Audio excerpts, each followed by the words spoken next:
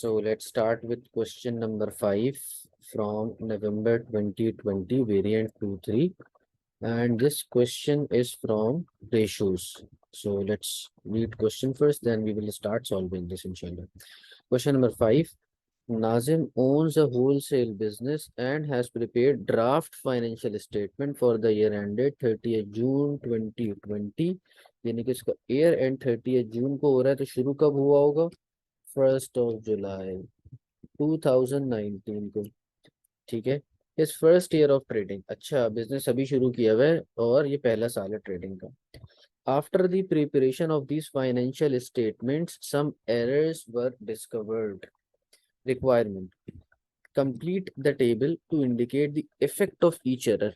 हर error से क्या effect होगा on the profit for the year and on the working capital. यार working capital क्या होता है? वर्किंग कैपिटल होता है basically current assets minus current liabilities. ये हमारे पास होता है वर्किंग कैपिटल। ठीक है भाई, ये वर्किंग कैपिटल होता है। तो right under stated, over stated और नो इफेक्ट, ये हमने लिखना है। पहली एंट्री हमारे लिए उसने करके दे दी है। ठीक है जनाब। अच्छा जी, तो हम आ जाते हैं, सवाल को सॉल्व करते हैं। सबसे पहले ये हमें कहता है repairs to office equipment has been entered in the office equipment account. इससे कहता है कि प्रॉफिट फॉर द ईयर पे क्या इम्पैक्ट पड़ेगा, तो कह रहा है प्रॉफिट ओवर स्टेट हो जाएगा। क्यों? रिपेयर्स आपने जब रिकॉर्ड नहीं किया, रिपेयर क्या है? एक्सपेंस। तो जब एक्सपेंस कम हो गया तो प्रॉफिट बढ़ जाएगा, है ना भाई? यही बात हुई हमारे पास, ये उसने बता दिया। और इफेक्ट ऑन वर्किंग कैपिटल, कोई इफेक्ट नहीं हुआ, क्योंकि ना ये जो हमने ऑफिस इक्विपमेंट में रिकॉर्ड किया, तो ये तो नॉन करंट एसेट है। ना करंट एसेट पे फर्क पड़ा, ना करंट लाइबिलिटी पे फर्क पड़ा, तो हमारे पास इस पे वर्किंग कैपिटल पे कोई इम्पैक्ट नहीं आया। अच्छा जनाब, अब हम देखते हैं दूसरी एडजस्टमेंट हमारे पास। एक एडजस्ट, हाँ, अब दूसरी एडजस्टमेंट पे हम आते हैं। दूसरी एडजस्टमेंट में हमें कह रहा है no adjustment had been made for insurance prepaid. Insurance prepaid की कोई एडजस्टमेंट नहीं की। यार इंश्योरेंस प्रीपेड को जब हम एडजस्ट करते हैं तो क्या होता है इससे? इंश्योरेंस से हमारे एक्सपेंसेस पे क्या फर्क पड़ेगा? जब हम प्रीपेड इंश्योरेंस की एडजस्टमेंट कर लेंगे अपने पास, तो एक्सपेंसेस क्या हो जाएंगे भाई? कम हो जाएंगे और प्रॉफिट बढ़ जाएगा। लेकिन अभी ऐसा काम नहीं हुआ, अभी उल्टा काम हुआ है कि इंश्योरेंस को एडजस्ट नहीं किया हुआ, तो एक्सपेंसेस कम होने के बजाय हमारे पास बढ़े हुए हैं। और प्रॉफिट क्या है हमारे पास? प्रॉफिट कम है। ठीक है, तो यहाँ पे मैं लिख दूंगा अंडर स्टेटेड। यहाँ पे मैं क्या लिख दूंगा भाई? Under stated. अब वर्किंग कैपिटल पे क्या फर्क पड़ेगा? तो देखो, इंश्योरेंस प्रीपेड क्या होता है? एक्सपेंस अगर प्रीपेड होता है तो वो आपका करंट एसेट बनता है, अदर रिसीवेबल में आता है, अगर आपको याद है। ठीक है, तो ये भी हमने रिकॉर्ड नहीं किया। जब ये रिकॉर्ड नहीं किया तो क्या हो गया? हमारे करंट एसेट्स कम हो गए। जब करंट एसेट्स कम हो गए तो वर्किंग कैपिटल भी कम हो गई हमारे पास। तो हम यहाँ पे भी क्या लिख देंगे? Under stated. ठीक है भाई। अच्छा, अगली बात वो कहता है आपसे, कहता है an irrecoverable debt had not been written off. Okay, irrecoverable debt को हमने रिकॉर्ड नहीं किया हुआ। जब रिकॉर्ड नहीं किया हुआ तो एक्सपेंसेस आपके हुए हुए हैं कम। जब एक्सपेंसेस कम होंगे तो प्रॉफिट क्या हो जाएगा भाई? प्रॉफिट हो जाएगा ज्यादा। तो हम क्या लिखेंगे? Over stated. Over stated. और पूछ रहा है कि भाई बताओ कि वर्किंग कैपिटल पे क्या इम्पैक्ट पड़ेगा। तो इररिकवरेबल डेट अगर आपको याद हो, स्टेटमेंट ऑफ फाइनेंशियल पोजीशन में कहाँ आते हैं ये भाई? ट्रेड रिसीवेबल में से माइनस होते हैं इररिकवरेबल डेट हमारे पास। ठीक है, तो क्या हुआ? ये असल में क्या करते हैं? करंट एसेट को कम कर देते हैं, क्योंकि माइनस करें ना, ट्रेड रिसीवेबल को कम कर रहे हैं। ट्रेड रिसीवेबल कम होगा तो करंट एसेट कम हो जाएगा। लेकिन हमारे पास क्या हो रहा है कि जब हमने रिकवरेबल डेट को रिकॉर्ड नहीं किया, ट्रेड रिसीवेबल की वैल्यू ओवर स्टेटेड है, तो करंट एसेट की वैल्यू भी ओवर स्टेटेड हो जाएगी। और जब करंट एसेट ओवर स्टेटेड है तो working capital will also be overstated. Okay, next, no record had been made of additional capital introduced in cash. ठीक है, अब हम और कैपिटल लेकर आ गए बिजनेस में in the form of cash. इससे ना कोई इनकम में फर्क पड़ रहा है ना एक्सपेंस में, क्योंकि इनकम और एक्सपेंस ये दो चीजें ही हम लिखते हैं income statement for the year में। तो इन दोनों में कोई इम्पैक्ट नहीं पड़ रहा है, तो यहाँ पर नो इफेक्ट आ जाएगा। अच्छा, और लेकिन क्या है, क्या कह रहा है कि had been made of additional capital introduced in cash. तो हमने कैश असल में इंट्रोड्यूस किया और उसको रिकॉर्ड नहीं किया हुआ। रिकॉर्ड नहीं किया हुआ तो कैश क्या होता है, करंट एसेट। करंट एसेट कम हो गए, जब करंट एसेट कम हो गए तो वर्किंग कैपिटल भी कम हो जाएगा, तो यहाँ अंडर स्टेटेड लिख दूंगा। ठीक है, नेक्स्ट है closing inventory had been overstated. Closing inventory का और आपका जो प्रॉफिट होता है, क्लोजिंग इन्वेंट्री और प्रॉफिट ये डायरेक्टली रिलेटेड होता है। क्लोजिंग इन्वेंट्री बढ़ेगी प्रॉफिट भी बढ़ेगा, क्लोजिंग इन्वेंट्री कम होगी प्रॉफिट भी कम होगा। तो ओवर स्टेटेड हुई भी है क्लोजिंग इन्वेंट्री, तो प्रॉफिट भी ओवर स्टेटेड हो जाएगा। सिमिलरली जब इन्वेंट्री ज्यादा है तो inventory is a part of current assets. तो अगर इन्वेंट्री मेरे पास ज़्यादा है तो करंट एसेट्स भी ज़्यादा होंगे, और जब करंट एसेट्स ज़्यादा हैं तो वर्किंग कैपिटल भी ज़्यादा होगा। तो I will write overstated working capital. ठीक है जी, ये हमारा यहाँ तक हो गया। Let's move to next part. कहता है after correcting the errors Nazim compares his result. Nazim compare करता है अपना result with his brother Aziz who has similar business. अच्छा, रेशियोज क्या होता है, रेशियोज इटसेल्फ कुछ भी नहीं बताते unless we compare them with business previous years और compare this with some other business, similar business. तो वो ये यही कर रहा है, इसने रेशियोज निकाले में और कंपेयर कर रहा है अजीज के साथ। यहाँ पे कुछ रेशियोज हमारे पास है, current ratio, liquid acid test ratio, return on capital employed. तो इनको एक नज़र हम देख लेते हैं। ये रेशियोज हमारे पास बेसिकली होते क्या हैं, एक हमारे पास प्रॉफिटेबिलिटी रेशियोज होते हैं, इसमें ग्रॉस प्रॉफिट मार्जिन आ जाता है, ग्रॉस प्रॉफिट अपॉन रेवेन्यू, ये पहला रेशियो आ गया। दूसरा है प्रॉफिट मार्जिन, इसमें profit for the year divide by revenue times 100 होता है। फिर हमारे पास है रिटर्न ऑन कैपिटल एम्प्लॉयड, जिसको हम आर ओ सी ई भी कहते हैं। ये क्या होता है, profit from operations divide by capital employed, जो कि हमारा यहाँ पे टेस्ट भी हुआ है। इस क्वेश्चन में यही पार्ट हमारा टेस्ट हुआ है। फिर हमारे पास है लिक्विडिटी रेशियोज, ये दो रेशियोज हमारे पास टेस्ट हुए। करंट रेशियो को वर्किंग कैपिटल रेशियो भी कहते हैं। This is calculated as current assets divided by current liability. और क्विक रेशियो या asset test ratio, liquid ratio, इसको हम कैसे करते हैं भाई, current assets less inventory divided by current liabilities. यही रेशियो जिस क्वेश्चन में टेस्ट हो रहे हैं। तो यहीं तक रखते हैं इसको, और फिर हम देखते हैं कि क्वेश्चन में क्या पूछ रहा है हमसे। अब देखिए हो क्या रहा है कि नाजिम का करंट रेशियो आपके पास आ रहा है 1.71:1, अजीज का 2.12:1। तो Aziz is better in this situation. Aziz का अच्छा है कि अगर उसको 1 रुपया पे करना है तो इसके पास 1.71 मौजूद है, इसके पास 2.12 है। अच्छा, नेक्स्ट हमारे पास है लिक्विड एसेट टेस्ट रेशियो। तो नाजिम का रेशियो बड़ा ख़राब हो गया। इसका रीज़न ये हो सकता है कि नाजिम ने बहुत सारी इन्वेंट्री होल्ड की हुई होगी, तो हमने जब क्विक रेशियो में इन्वेंट्री को माइनस किया तो हमारा रेशियो बहुत ज़्यादा ख़राब हो गया। अजीज़ का हम देखते हैं, it is still better, it has 1.28:1। फिर रिटर्न ऑन कैपिटल एम्प्लॉयड, ये भी हमने फार्मूला देख लिया, ये still Aziz has higher return on capital employed. ठीक है, अब क्वेश्चंस क्या है हमारे पास, वो कहता है suggest 2 reasons for the difference in each ratio. इसका हम आंसर लिख लेते हैं भाई कि ये वजह क्या हो सकती है। 2 रीजंस बताएं for the differences in each ratio, current ratio के बारे में हमें बताना है कि क्या वजह हो सकती है। अब देखें, ये हो सकता है हमारे पास कि हम कह सकते हैं कि करंट रेशियो में अजीज का ज़्यादा अच्छा आ रहा है, तो अजीज की वैल्यू क्या है। इसमें दो चीज़ें ही हम बता देंगे भाई, current asset upon current liability. Aziz के करंट एसेट ज़्यादा हो सकते हैं और करंट लाइबिलिटी कम हो सकती है ना। और करंट एसेट्स में क्या क्या आते हैं, इन्वेंट्री, ट्रेड रिसीवेबल, ठीक है, बैंक, ये सारी चीज़ें हमारे पास आ रही होती हैं। तो हम ये कह सकते हैं कि अजीज, अच्छा यहाँ नाम लिखना ज़रूरी है, ठीक है। बाद बच्चों ने नाम नहीं लिखा था, ही हैज मोर, ही से मतलब क्या भाई, नाजिम और Aziz, you have to write name of the person. तो हम कह रहे हैं अजीज हैज मोर, हम कह सकते हैं more current assets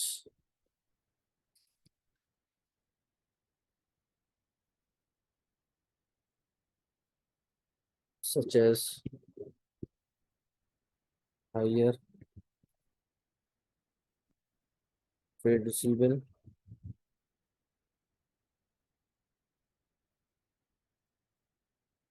then Nazim. एक रीजन ये हो सकता है। दूसरा रीजन क्या हो सकता है कि करंट लाइबिलिटीज कम होगी, तो हम कह सकते हैं कि अजीज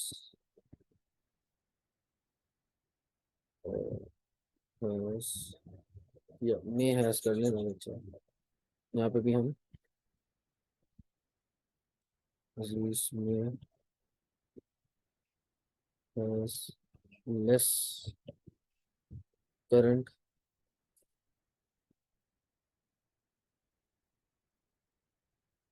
liabilities such as lower trade payables than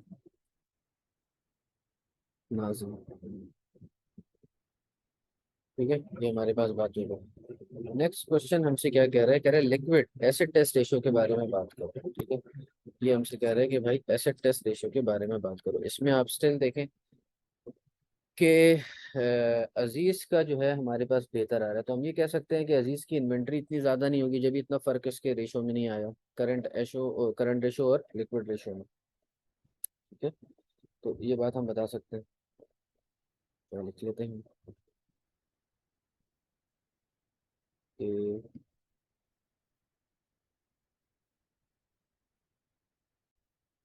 एक एक रीज़न तो इसमें यही हो सकता है ना कि हम कह सकते हैं कि अजीज की जो है वो करंट रेशो ज़्यादा था, इसी वजह से उसका लिक्विड रेशो भी ज़्यादा आ रहा है। दूसरा हम कह सकते हैं कि अजीज की हो सकता है कि इन्वेंट्री उसने कम होल्ड की हुई हो, जब भी उसका ये अच्छा है। तो ये दोनों रीजन हम लिख देते हैं। हम लिखते हैं अजीज अजीज हैज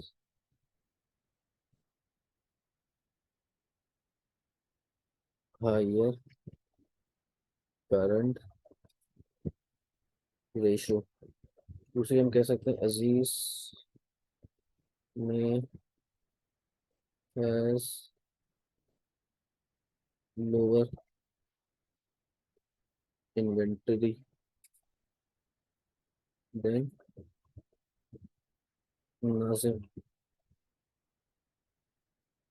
ठीक है, नेक्स्ट हमारे पास है रिटर्न ऑन कैपिटल एम्प्लॉयड। तो यहाँ पर आप देखें स्टिल अजीज का ज़्यादा आ रहा है, 15.25 ज़्यादा है। हो सकता है इसका जो ऑपरेटिंग प्रॉफिट हो वो ज़्यादा हो, या जो कैपिटल एम्प्लॉयड इसने किया हुआ है वो इसका जो है अजीज का वो छोटा हो। ठीक है ना, या तो डिनोमिनेटर पे बात करेंगे या न्यूमरेटर पे बात करेंगे। तो अगर हम यहाँ पर देखें, हमने ये देखा था कि रिटर्न ऑन कैपिटल एम्प्लॉयड का फॉर्मूला क्या है, profit from operations divided by capital employed. ठीक है, और कैपिटल एम्प्लॉयड कैसे कैलकुलेट होता है, capital plus non current liabilities से। बहरहाल यहाँ पर हम आते हैं दोबारा इसके आंसर की तरफ। रिटर्न ऑन कैपिटल एम्प्लॉयड पे हम कह सकते हैं कि अजीज में एस हायर ऑपरेटिंग प्रॉफिट।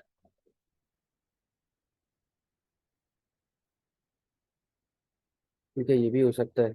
और हम कह सकते हैं अजीज हैज लोअर कैपिटल एम्प्लॉयड, ये भी कह सकते हैं अजीज में हैज लोअर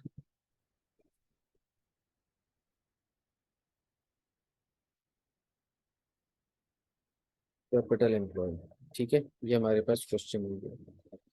अच्छा, नेक्स्ट हमसे कहता है कि भाई बताओ, Nazim discovered that his rate of inventory turnover in times was also lower than that of Aziz. Nazim की जो है ना इन्वेंट्री टर्नओवर भी कम थी, अब इन्वेंट्री टर्नओवर क्या होता है भाई?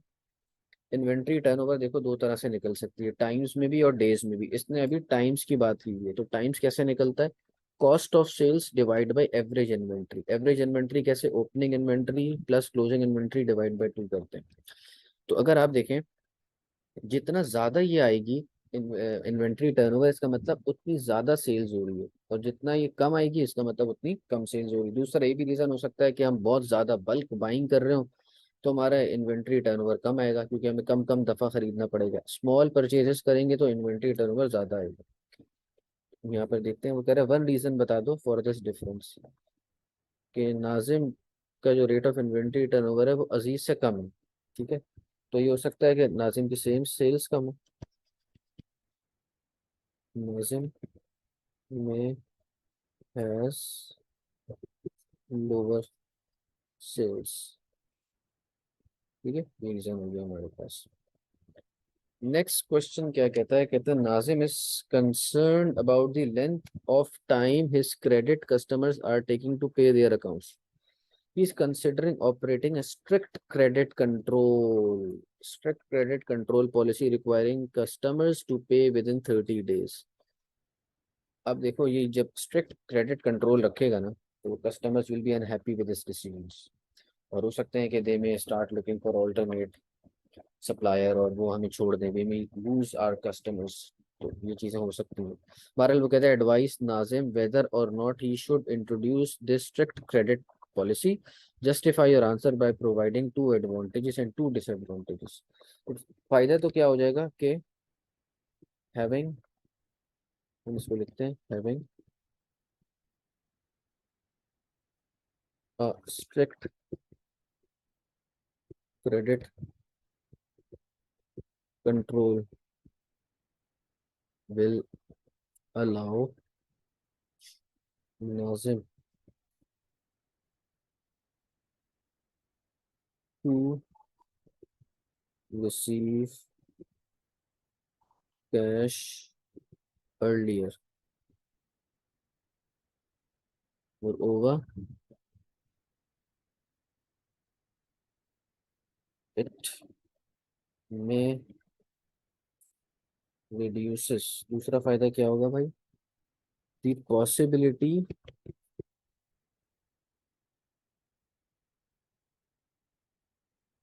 of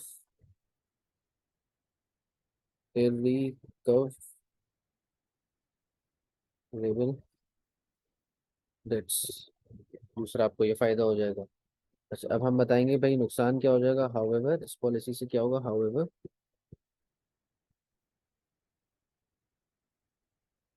this this may increase administration cost।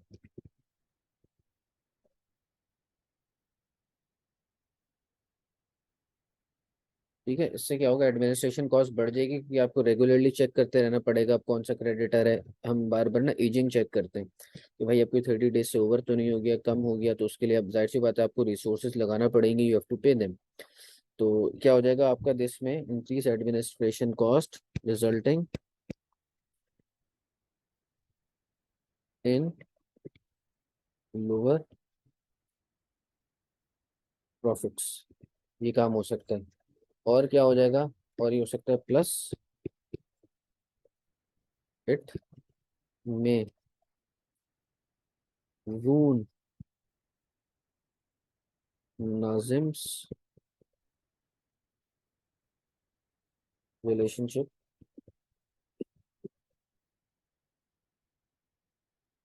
With his customers. ये नुकसान हो जाएगा। अब अपना आप बता दो कि भाई ओपिनियन क्या है। जैसे लेट्स सपोज हम लिख सकते हैं कि I think therefore, I think Nazim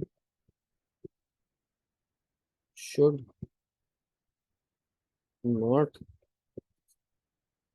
have strict credit control policy,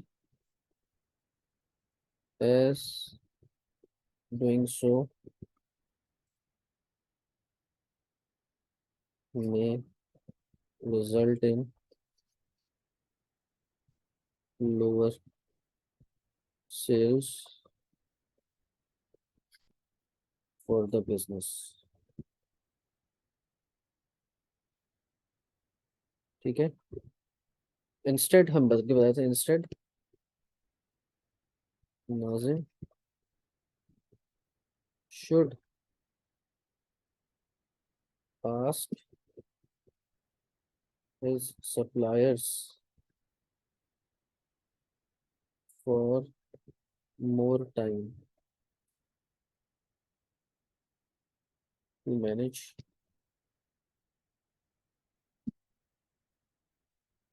his liquidity problems. ठीक है, ये वैसे लिखना जरूरी नहीं, बस हमने वैसे इसको ओपिनियन दे दिया, और this marks the end to our question, so we are done with this part.